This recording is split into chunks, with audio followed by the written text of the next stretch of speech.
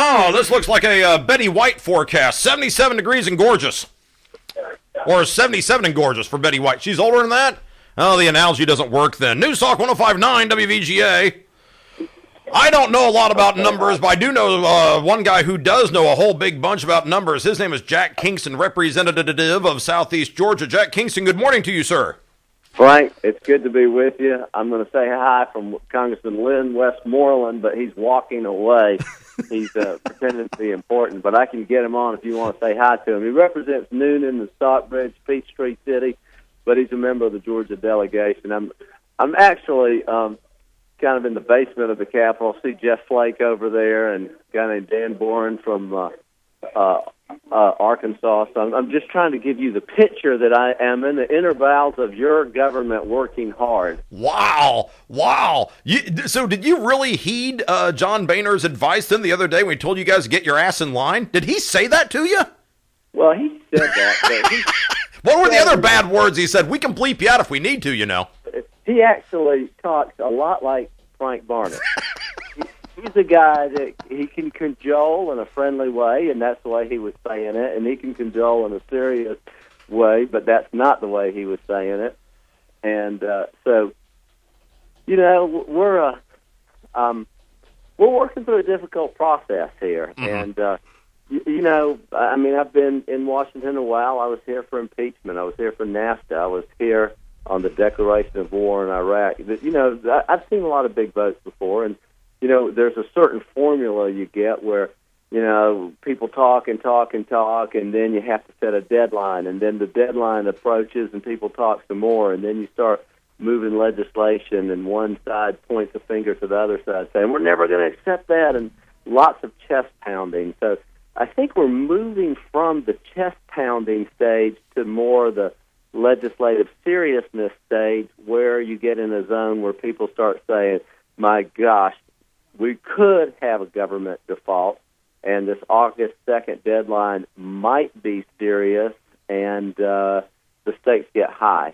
Now, and let me interject very quickly. As we're looking at people, I know you guys are working basically around the clock up there. We have heard that there's a vote in the House today. Now, go ahead and fill me in the basics on this, if you would, please. By the way, Jack Kingston is who we're talking to right now, the bowels of Washington, D.C.'s Congress. There's a vote today. Boehner says you guys are going to vote on a budget. Harry Reid says don't bother. Obama says don't waste your time. What are you guys doing up there? What's the vote about? Well, what this vote does is the approach that I supported was called cut, cap, and balance. And cut, cap, and balance is basically you cut the budget, then you set certain caps tied into the GDP so that you can't overspend, and then doing that leads you to a balanced budget. Now, the Senate would not even vote on it. We had a very strong vote in the House, 233 votes. It takes 218 to pass the vote, so we passed it with a lot of margin. In the Senate, under Harry Reid and the arrogance that the Senate seems to have these days, would not even vote on it. So what we're doing now is we're saying, and as you know, last week Boehner gave up on trying to negotiate with the White House because all the White House wants to do is raise taxes on the rich, which includes small business owners, anybody making $250,000 a year, and if you're a small contractor or a farmer, your gross income is $250,000, but your take-home might be more like $40,000 because you're deducting your expenses from it. So the very people we need to turn the economy around, the president wanted to increase the taxes on. We said no. So he split off from dealing with Obama and now started dealing with Harry Reid and came up with what was a semi-reasonable splitting some of the philosophical differences, and it did not include any tax increases. But Harry Reid says, I still don't like it.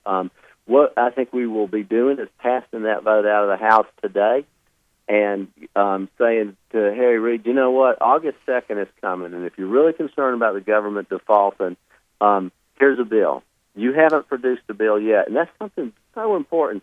The Senate has not even passed a budget for 3 years. Mm-hmm. President Obama has not presented a plan for deficit reduction or the debt ceiling. His own budget, which I'll say He did present a budget, but it failed in the Senate 97-0. Harry Reid did not even vote on it. So the president gets on national TV and keeps talking, I've offered a plan, I've done this, I've done that. He has not offered a plan. Frank, if you ask me right now, could you show me a copy of the president's plan? There is none.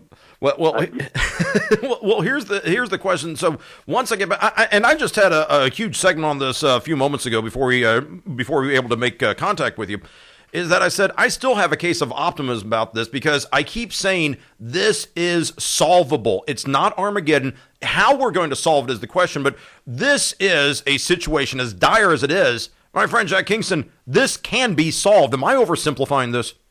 I'm in your camp. I'm optimistic that not only will we solve it, but we will solve it within the next 5 days. I believe that, it's one of these votes people kind of know where they are philosophically, and I will say there's a lot of people like my friend Michelle Bachmann who have already said weeks and weeks ago, I'm voting no matter what.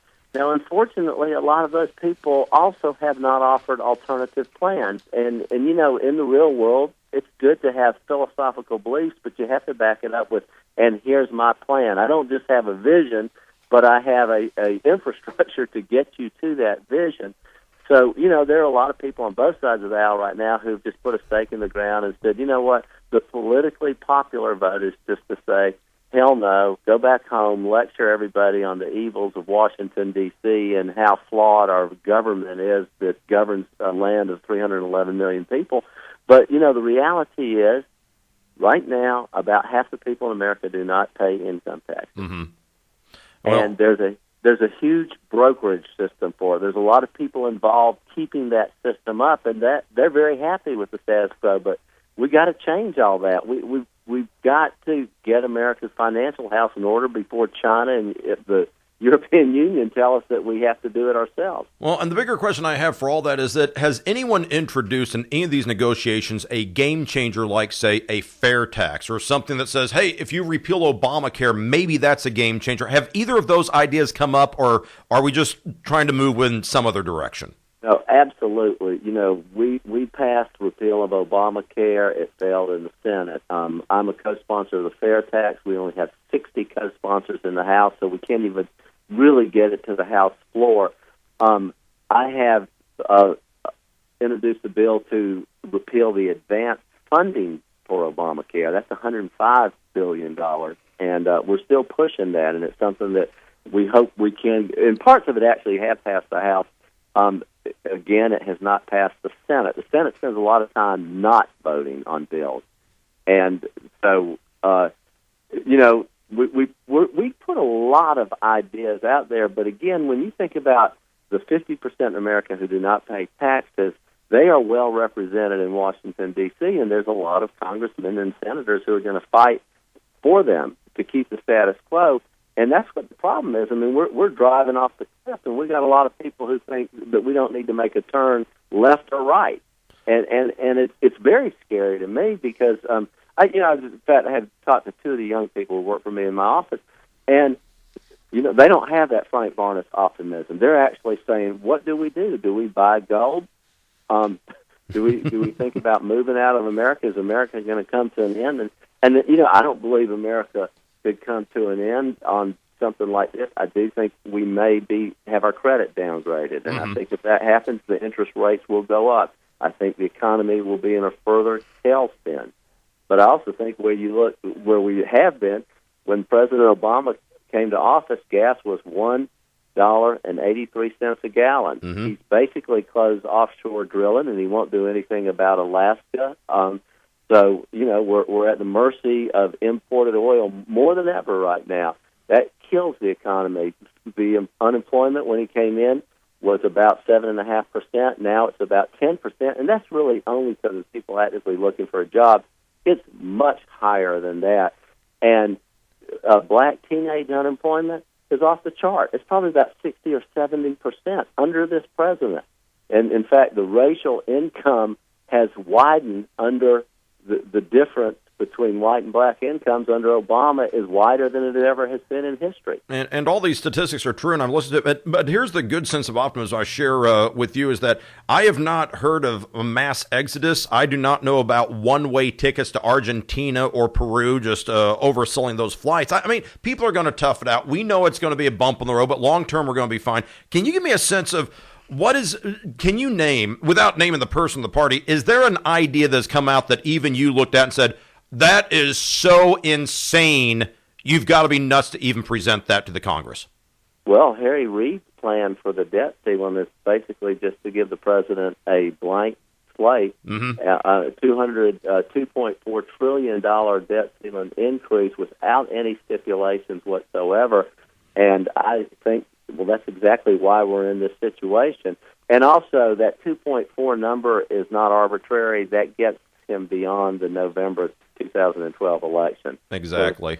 So it's not just coincidental. But, there are a lot of ideas up here that you see, and, they're stalking horses to drive a point, maybe for an educational campaign. They don't really want law. They want to send a signal for something. And, you got to live with that. I mean, John Kerry one year introduced a whole series of bills on golf clubs, saying that you could not import certain type golf clubs that had a certain angle on them.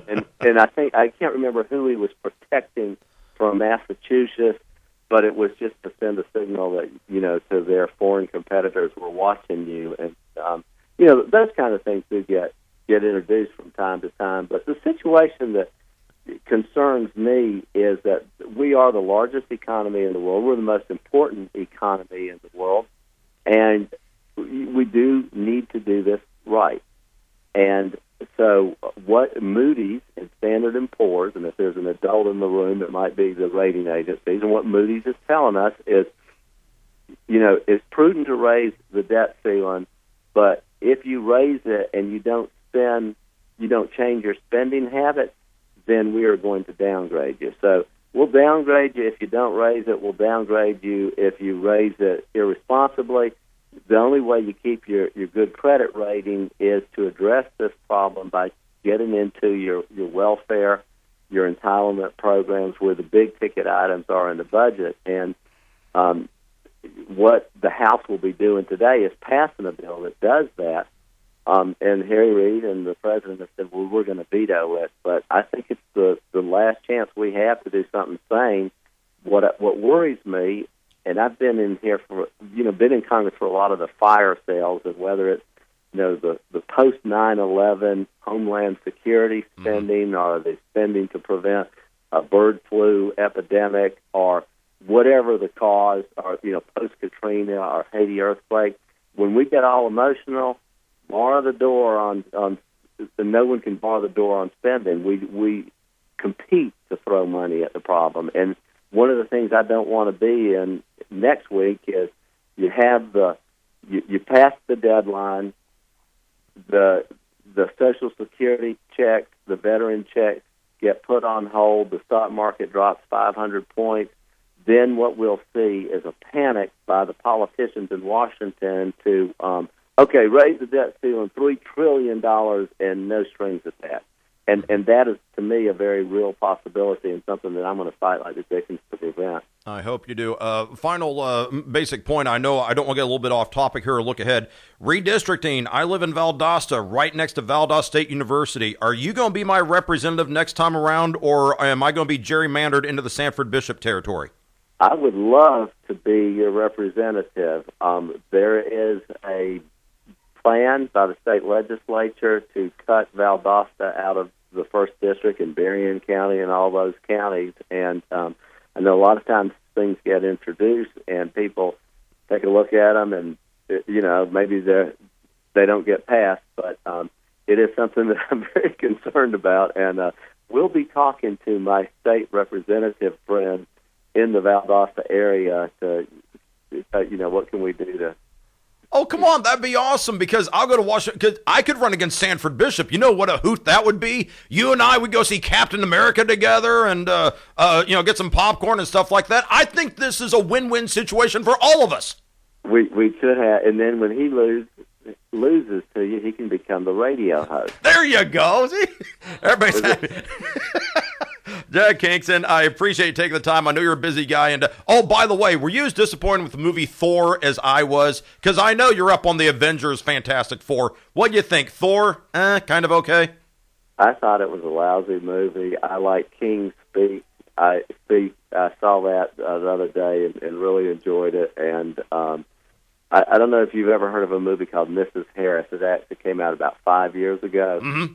But it was about the headmaster of Madeira Private School up here in Washington, D.C., who ended up killing her lover, who was the guy who invented the Scarsdale diet. Oh, I remember that news item, yes. There was a movie on that. It was really interesting because we actually have Madeira interns who work for us in Washington, D.C., so I had these little 17-year-old girls. They said, you need to watch Miss Harris because that's all about our school, which it really wasn't, but it was a very bizarre but interesting true story, and not sure I would recommend it. It's a little racy at parts, but it was interesting because it is a true story. I'll track it down on Netflix. Yeah, but I did miss 4. I have to admit, I am bluffing you on that one. I don't know anything about it, but I will. I'll put it on the list. Thor was disappointing. We'll see Cowboys and Aliens when you get back to town. All right. All right. Well, take care, and thanks for letting me be on your show. Thank you, sir. Don't blink, don't cave, don't waffle on that. We appreciate everything you're doing. Jack Kingston right there on the Morning Drive on News Talk 105.9 WVGA. Quick timeout right now. Back to wrap up this show, tell you what happened on this day in history, and a whole bunch more. This